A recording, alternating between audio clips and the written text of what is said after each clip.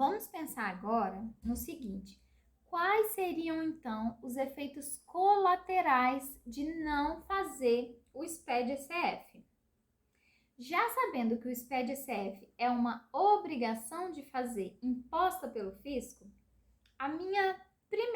o meu primeiro lugar como efeito colateral é a multa. E essa multa é pecuniária, multa em dinheiro.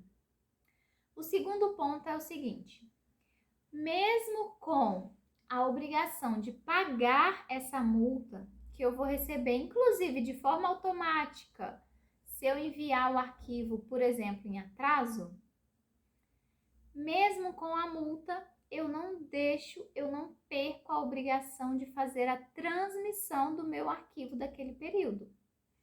Vou te dar um exemplo, vamos entender um pouco mais o que eu quero dizer.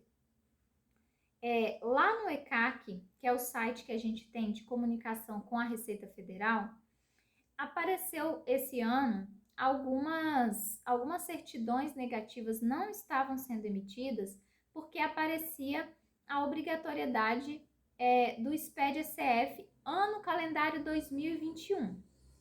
Bom, isso era um erro do sistema, porque não tinha ainda findado o prazo de envio dessa obrigação. Vamos para a prática. Se o prazo de envio do SPED-ECF ano calendário 2021 é, até segunda ordem, final do mês de julho, por que então eu tinha pendência que impedia que a empresa recebesse a certidão negativa que ela precisa por conta de não ter feito ainda o SPED-ECF? Esse era um erro. Porém, foi um erro que demorou a ser corrigido por diversos dias, né? Ou seja, por bastante tempo, algumas empresas ficaram sem as suas certidões. Inclusive, isso pode trazer prejuízo financeiro para a empresa, porque a falta de uma certidão pode impedir a empresa de receber do seu tomador de serviço, né? Se eu sou uma empresa prestadora de serviço, o tomador só me paga depois que eu apresento as minhas certidões negativas. Então, olha como o SPED-ECF, ele está entrelaçado, ele está interligado diretamente à atividade operacional da empresa também. Não é só uma coisa que os empresários chamam de burocracia, tá? Ele está entrelaçado, né? Em todas as vias, em todas as partes. Se você não fizer da forma correta esse processo de gerar e transmitir o arquivo do SPED-ECF, o risco é totalmente calculável. Por quê? O risco de multa.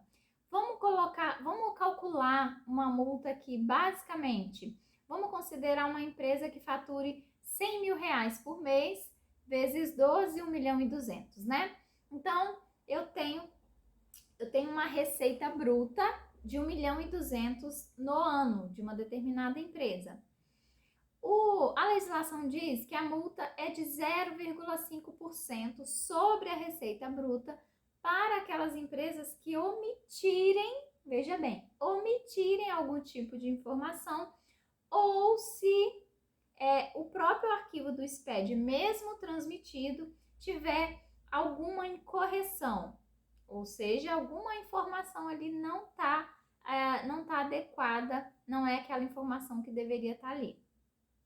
Portanto, eu tenho uma multa de 0,5% sobre uma receita bruta de 1.200.000 no ano. Sabe quanto dá? R$6 mil.